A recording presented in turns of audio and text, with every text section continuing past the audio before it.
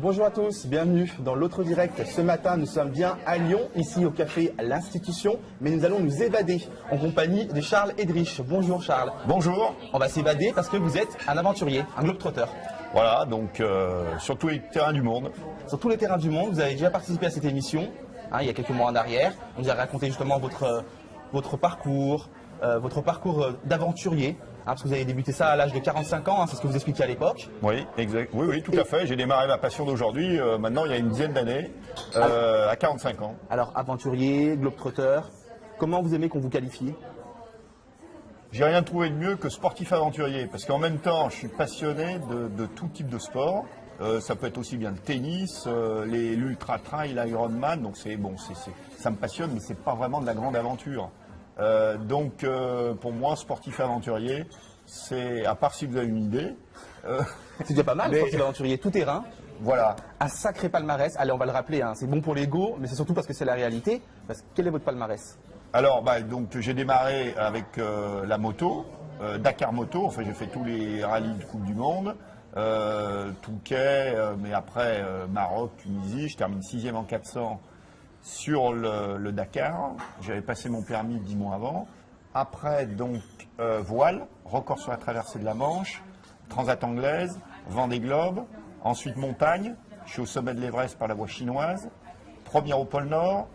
On est les premiers avec Arnaud Tortel à faire une traversée intégrale pôle Nord-Groenland, une expédition en kite ski en Antarctique, record sur la traversée de l'Atlantique à la rame, que j'ai toujours. C'est la première fois que je suis dans le Guinness Book avec cette première. Ensuite, des expéditions en Afghanistan. Un tour du monde par les deux pôles, c'était aussi une première avec un bateau donc, dans le sens nord-sud, avec passage nord-ouest pour l'Antarctique, retour en France. Donc un sacré palmarès, c'est vraiment tout terrain, vous aimez comme ça, vous baladez, tout m'intéresse. Tout vous intéresse. Quelle est votre dernière aventure? Alors actuellement je suis sur le passage nord-ouest, je suis parti du détroit de Bering sur un tout petit bateau à rame qui fait 160 kg. C'était l'été dernier ça? C'était l'été dernier, donc l'été dernier j'ai fait toutes les côtes de l'Alaska, bon extrêmement engagé, extrêmement dangereux, la mer de Bering elle est terrible. Déjà en bateau, elle est terrible, mais alors en bateau à voile, ou même les pêcheurs, de temps en temps, on voit à la télé. Bon, alors imaginez sur un bateau qui fait 160 kg. Et puis cette année, j'ai fait tout l'extrême nord du Canada. Donc le passage nord-ouest, c'est ce qui permet de relier le Pacifique à l'Atlantique. Et pour l'instant, j'ai fait 5000 km sur les 6000 au total. Et il me reste, pour l'été prochain, 1000 km. Alors un sacré défi pour l'été prochain. Bon, cette année, j'espérais pouvoir terminer cette année, mais malgré le réchauffement de la Terre, il n'y a jamais eu tant de glace, de banquise, que cette année sur les 1000 km qui me restaient à faire. Donc, je terminerai l'été prochain. Comment ça se prépare justement une telle aventure? Comment, tout au long de l'année, en fait, finalement, vous entretenez physiquement, vous êtes à la recherche de sponsors, vous êtes en train d'étudier les parcours. Comment ça se passe concrètement, réellement? Alors, donc pour ce qui est de la préparation physique, c'est très différent d'une aventure à l'autre. Alors sur la rame, ça se joue énormément, alors il faut être en pleine forme, mais ça se joue énormément sur la motivation, sur l'envie, sur la rusticité, et il n'y a pas besoin de partir extrêmement affûté.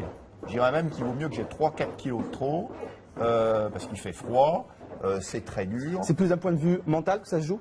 Vous vous préparez plutôt mentalement? Non, je ne me prépare pas. Hein. Moi, j'ai jamais pensé. Mais c'est inné, vous pensez ça? D'où ça vient ce côté aventurier comme ça? Se dire allez, on y va et on se lance parce qu'il faut avoir quand même, excusez-moi l'expression, mais avoir. Non, moi, mon point de vue, maintenant, on peut avoir d'autres points de vue, mais sur la grande aventure, c'est-à-dire où il y a une notion de prise de risque, de danger permanent, à partir du moment où on pense à de la préparation mentale, ça veut dire qu'on n'est pas fait pour ça. Il faut que ça soit vraiment naturel. Enfin naturel, parce que en même temps, si vous voulez, il faut être très prudent. Le danger est partout, il y a les ours. On le voit bien, et puis on le voit aussi avec l'actualité, enfin peut-être un parallèle avec ce qui est arrivé à Hervé Gourdel. Ça veut dire que vous allez sur des terrains des fois un petit peu risqués. Je suis allé en Afghanistan. Vous allez en Afghanistan par exemple. Il faut faire aussi attention, est-ce que vous êtes conscient de ce risque-là, permanent, lorsqu'on est comme ça un aventurier, lorsqu'on va sur des terrains comme ça un peu inconnus? Alors, le risque sur le passage nord-ouest, lié à ça, il est inexistant. Bien sûr. D'abord, il n'y a personne. sur ce cas précis, bien évidemment. Là, j'ai un peu, voilà, là j'ai un peu élargi la discussion, mais c'est vrai que vous, en tant qu'aventurier, est-ce que vous prenez justement, vous avez un papier, des documents, vous allez sur Internet, vous allez étudier un petit peu les terrains et en disant attention, là peut-être danger, il va falloir faire attention. Ah non, parce mais que... là, ça dépend des cas de figure. Je suis allé en Afghanistan, c'était même l'inverse. Je suis allé en Afghanistan, l'objet des expéditions que j'ai menées là-bas, c'était juste, c'est fantastique, hein, l'Afghanistan.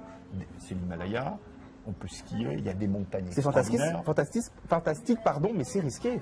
Oui, mais c'était justement l'objet des expéditions, c'était de parler de l'Afghanistan autrement qu'à travers la guerre, les talibans, les trafiquants tout genre.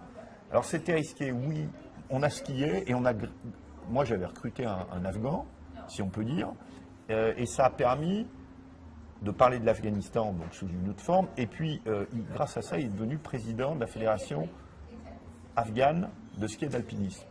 On est allé, par exemple, au Panchir avec le lieutenant du commandant Massoud. Il y avait une notion de risque. Mais quelque part, vous aimez ça, Charles. J'ai le sentiment que vous aimez ça. En tant qu'aventurier, finalement, il y a une part de risque, mais vous avez ces côtés, cette adrénaline. Bizarrement, non. Non. Mais c'est partie intégrante. Et quand vous en parlez, on a le sentiment que vous aimez ça. Non. Moi, alors, je le dis parce qu'on est tous les deux. On est tous les deux, et il n'y a personne qui nous écoute et personne qui nous regarde. Voilà. Mais en fait, dites-moi tout. Je suis sur le terrain de l'aventure parce que j'ai pas pu faire autre chose dans le domaine du sport. Mais j'aurais pu aussi bien, si j'avais eu le talent que j'avais pas, être joueur de foot professionnel, joueur de tennis, c'était pareil. J'avais pas le talent. Par contre, dès que j'ai touché à des sports où l'endurance, la motivation, enfin, pour être un grand joueur de foot, il faut aussi la motivation, mais c'est une motivation qui est différente, et où la rusticité était des éléments importants, là j'ai vu qu'à l'inverse du foot ou du tennis, je suis lyonnais, moi j'ai joué au TCL. Vous voyez?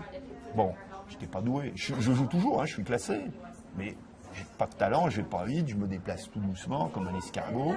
Donc bon, par contre, dès que j'ai touché à des sports rusticité, moi mon point fort numéro 1, l'endurance, bon, j'ai des qualités naturelles, je m'entraîne, mais je ne peux pas dire que j'ai les gens qui me côtoient, ils vont me dire, moi j'ai par exemple Arnaud Tortel avec qui j'étais au pôle Nord, il est aussi costaud que moi. Sylvain Bazin avec qui on prépare notre expédition sur le désert de l'Atacama, il était 4e français en athlétisme, on va dire en tant qu'espoir, il vaut 31 minutes sur 10 000, il est très costaud. Alors par contre, il y a un point où personne ne me suit, tous les gens qui m'ont côtoyé, que ce soit les Népalais, les Afghans, les Inuits, c'est la rusticité. Mais quand je dis rusticité, c'est-à-dire capacité pour manger n'importe quoi, boire n'importe quoi, prendre 20 kilos, en perdre 25, dormir beaucoup, dormir pas du tout. Bon, c'est pas quelque chose que j'ai travaillé. Il s'est trouvé, à l'inverse, je me suis dit, là par contre, tu as du talent. Enfin, tu as des prédispositions. Donc, comme je suis passionné de compétition et de sport, j'ai adapté ma passion à ce que j'étais capable de faire. Alors c'est une véritable passion parce que vous gagnez. Est-ce que vous gagnez de l'argent avec cette... Non, pour l'instant j'ai dépensé 4 millions d'euros. Vous dépensez de l'argent. Alors comment ça se passe? Alors, moi aujourd'hui j'ai 56 ans. J'ai démarré donc... à l'âge de 45 ans. 45 ans. C'est pas une lubie qui m'a pris à 45 ans. Mais on peut se poser la question, Charles. Oui, mais on peut se poser la question, se dire, mais qu'est-ce qu'il lui a appris? Est-ce que ça lui est arrivé comme ça? Il a dormi, il s'est réveillé le matin, il s'est dit, allez hop, c'est parti, je vais pas refaire l'aventurier? Non, mais je reviens à votre question. Si vous demandez à ma femme, elle va vous dire, mais ça fait depuis qu'on se connaît, c'est-à-dire depuis peut-être 40 ans maintenant, 35 ans, j'ai toujours rêvé à ça. Mais personne ne me croyait. J'étais pas sportif.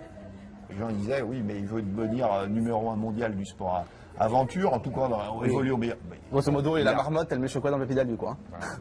Donc, j'ai attendu. J'avais une société que j'ai développée. Je suis arrivé à l'introduire en bourse. C'était pas très gros. Et donc, je l'ai vendu. Donc, du coup, j'ai attendu d'avoir les moyens d'amorcer la pompe. Quand vous avez eu les poches pleines, vous avez dit, allez, c'est parti, je vais faire du sport. Et là, vous avez les poches vides, donc vous allez chercher des sponsors. Exact. Et je commence à en avoir maintenant depuis 3 ou 4 ans. Mais dans un premier temps, pendant 6 ans, j'ai financé. Si vous regardez toutes les photos, les films du départ, il n'y a pas un sticker sur le bateau, par exemple, du Tour du Monde pendant le Vendée Globe. Il n'y a pas un sticker. Parce que vous avez un site internet, on peut aller se rendre. Oui. L'adresse, vous la connaissez? Charles Edrich, vous tapez Charles Edrich. sur les moteurs de recherche Voilà. et on trouve votre site Voilà. internet où régulièrement vous l'alimentez avec des vidéos, des photos et les dernières actualités de... Voilà. Et actuellement, maintenant, on a même une équipe de production. On réalise un film sur justement l'intégralité de ce que j'ai pu faire maintenant depuis 11 ans.